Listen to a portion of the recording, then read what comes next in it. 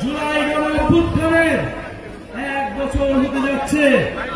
অনেক স্বপ্ন নিয়ে আমরা রাজপথে নেমেছিলাম, অনেক স্বপ্ন নিয়ে আমার ভাই আবু সাইদ পুলিশের বুলেটের সামনে বুক পেতে দিয়েছিল, অনেক স্বপ্ন নিয়ে আমার এই রাজশাহীর ভাইয়েরা শহীদ হয়েছিলেন। আমাদের স্বপ্ন ছিল না কেবল শেখ হাসিনার পতন, আমাদের স্বপ্ন ছিল একটি নতুন বাংলাদেশ, সংস্কারের মাধ্যমে বাংলাদেশের পুনর্গঠন।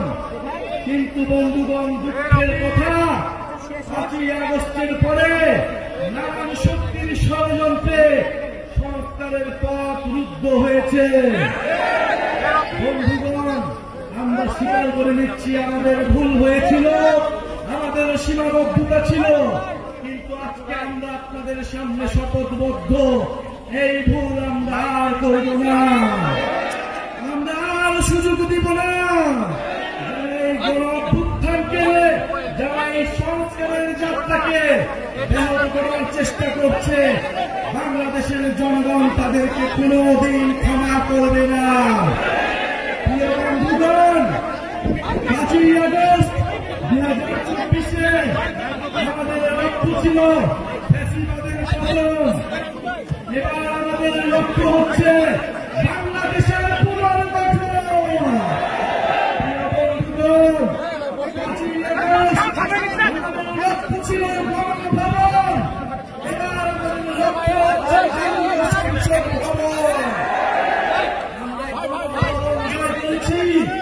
এবার জাতীয় সংসদকে আমরা জয় করব ইনশাআল্লাহ। জাতীয় সংসদে তরুণদের অভূতপূর্ব বিজয় উদযাপিত হবে সামনের নির্বাচনে। কিন্তু তার আগে কথা আছে, নির্বাচনের আগে অবশ্যই সংস্কারের সুরাহা হতে হবে, বিচারের সুরাহা হতে হবে। গণহত্যাকারী খুনি হাসিনার বিচার আমরা দেখতে চাই, সংস্কার দেখতে চাই এবং নতুন সংবিধান দেখতে চাই। এই প্রজন্ম বাংলাদেশের জনগণের কাছে প্রতিশ্রুতি দিচ্ছে যে একটি নতুন গণতান্ত্রিক সংবিধান এই দেশের মানুষকে উপহার দিবে, যে সংবিধান বাংলাদেশের মানুষের অধিকার নিশ্চিত করবে, সেই সংবিধান ইনসাফ নিশ্চিত করবে। প্রিয় বন্ধুগণ, স্বৈরতন্ত্র এবং পরিবারতন্ত্রের অবসান ঘটাতে হবে এই বাংলাদেশ থেকে।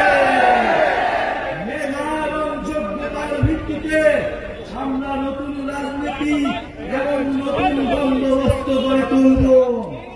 প্রিয় বন্ধুগণ, রাজশাহীতে এসেছি, রাজশাহী সম্পর্কে দু একটি কথা বললেই নয়।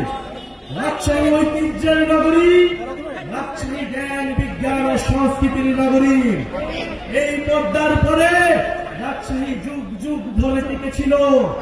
আজকের এই দিনে আমরা স্মরণ করছি মজলুম জননেতা মাওলানা ভাসানীকে, যিনি এই রাজশাহী শহর থেকে ফারাক্কা লম্বা শুরু করেছিল।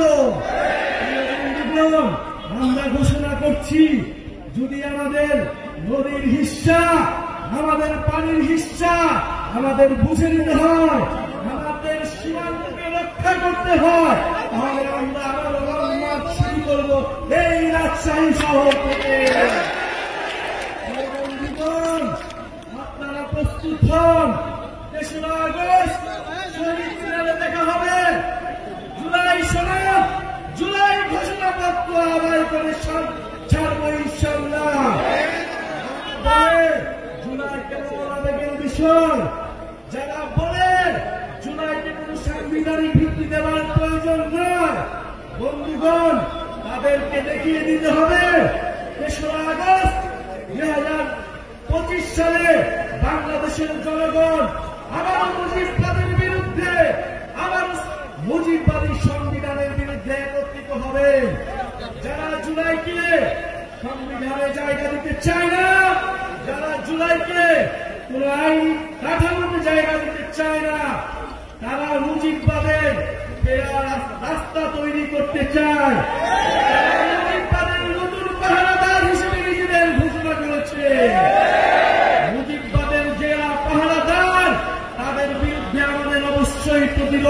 চলতে হবে।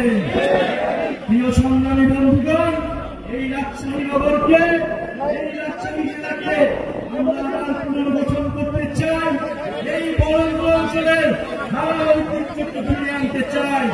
রাজশাহীতে কর্মসংস্থান থাকবে, রাজশাহীতে শিক্ষা থাকবে, রাজশাহীতে চিকিৎসা থাকবে, রাজশাহীতে শিল্পের বিকাশ ঘটাতে হবে। উন্নয়ন মানে কেবল ঢাকার উন্নয়ন নয়, উন্নয়নের বিকেন্দ্রীকরণ করতে হবে, সরকার বিকেন্দ্রীকরণ করতে হবে। এটার জন্যই সংস্কার, এটার জন্যই আমাদের নতুন দেশ, এটার জন্যই জুলাই পদযাত্রা। বন্ধুগণ, আমরা আজকে বিদায় নিব।